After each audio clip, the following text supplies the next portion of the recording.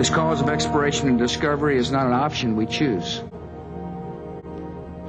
It is a desire written in the human heart. We are that part of creation which seeks to understand all creation. We find the best among us, send them forth into unmapped darkness, and pray they will return.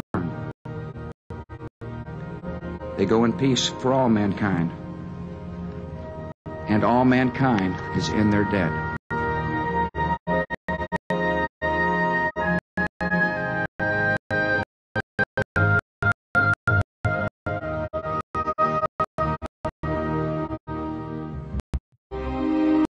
We're having a great time up here. We had a great ride to orbit, and we've got our space legs up and running. Rick was a terrific human being and a great leader. I grew to really appreciate all of his talents, his gifts, and laugh at all of his admirable sayings.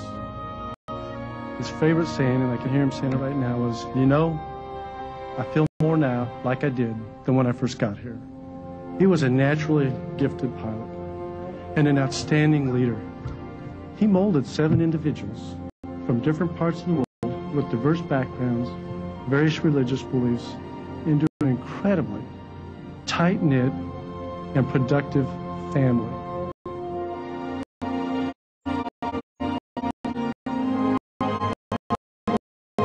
Oh wow, I've had the opportunity to be on the flight deck probably more than most of my crewmates, to look outside and really soak up the sunrises, the sunsets, the moonrises, the moonsets, the views of the Himalayas, Australia, all the continents.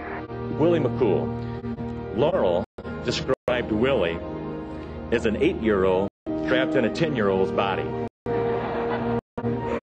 Now, partly this referred to the fact that Willie had the genes from somewhere that made him look like a 10-year-old, his young appearance, but mainly it was a comment on Willie's almost boyish attitude about everything he did and everybody he met.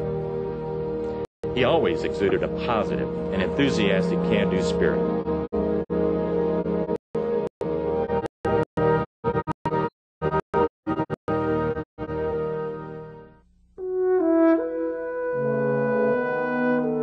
The whole spaceship was glowing in silver light from the moon, and the attitude was changing, and you really felt that you were in a spaceship headed somewhere. Kalpna, or Casey to her friends, was admired personally for her extraordinary kindness and technically for her strive for perfection. She had a terrific sense of humor and loved flying small airplanes with her husband and loved flying in space. Flying was her passion. She would often remind her crew as her training was delayed and become extended.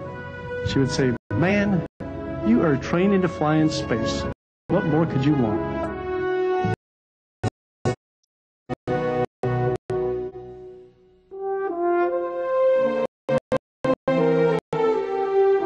I think it's been more than successful. You know, we've had some experiments that have just really done more than we ever imagined they would do, that have really gone beyond the expectations of ourselves or the scientists and engineers who designed them. Mike Anderson. Mike was the quiet, get-it-done professional. His calm confidence reflected an inner peace that came from somewhere deep within himself, and his love for his family, and his absolute belief in his God. The Space Hab team remembers that they respected Mike's natural leadership so much, they worked doubly hard so that they might win his respect for them. Late in the mission, the Space Hab team got their answer. Mike took the time to write an email from space, thanking them for their tireless and outstanding support. Mike was a class act.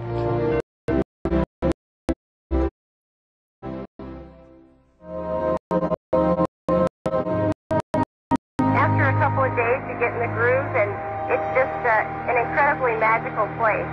Laurel Clark.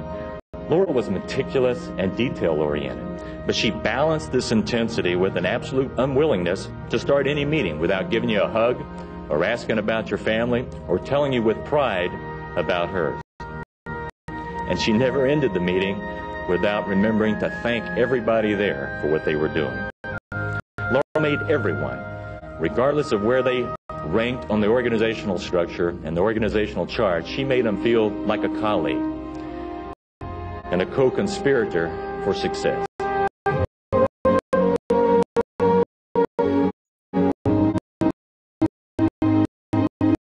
I got to do some backflips here in the center of the module, big enough to do that, and that was quite a bit of fun.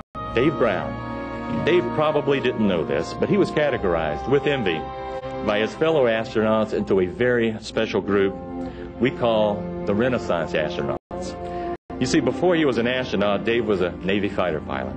And before he was a naval aviator, he was a medical doctor. And before that, he was a national class gymnast and even a circus performer. Dave's theory about life was to have fun at everything he did and to do everything possible. And he did everything so well.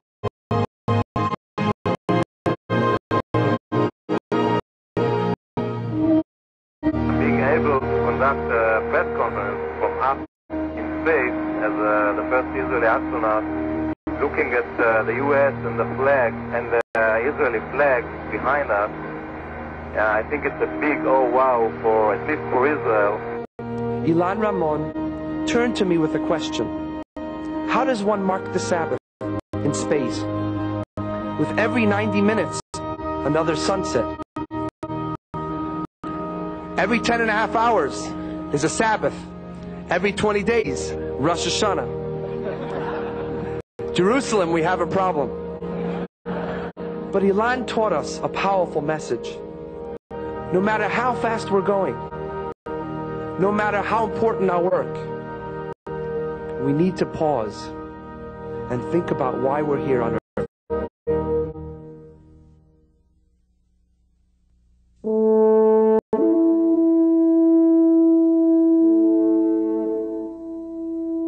Columbia was a fine ship.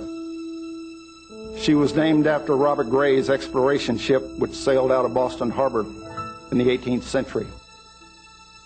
Columbia and the other orbiters are all named after great explorer ships, for that is their mission, to explore the unknown. Columbia was hardly a thing of beauty, except those of us who loved and cared for her.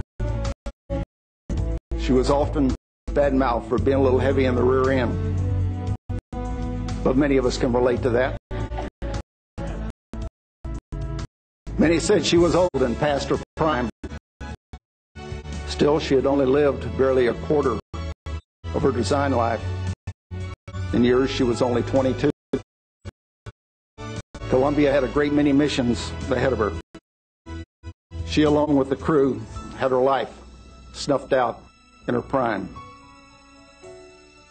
I was here at the shuttle runway in March of 1978 when Columbia first arrived at the Kennedy Space Center. She came in on the back of the 747, escorted by Deke Slayton in a T-38. Ready for launch by the loving care of the Kennedy team,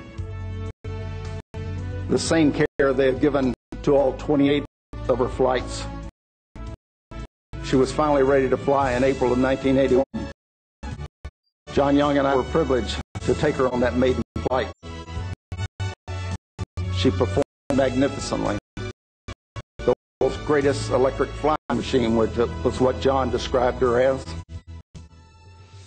Because she was a little heavy, she didn't get some of the more glamorous missions, but she was our leader in doing science on orbit.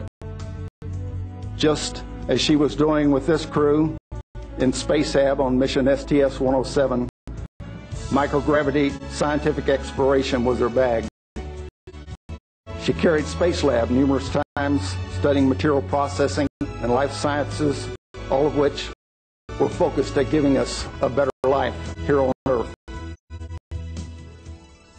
Columbia also helped us better understand the heavens and learn about the origins of the universe, with several missions, including Astro, also by deploying the most advanced X-ray observatory ever built, the Chandra Space Telescope, and by our very recent Hubble Space Telescope servicing mission.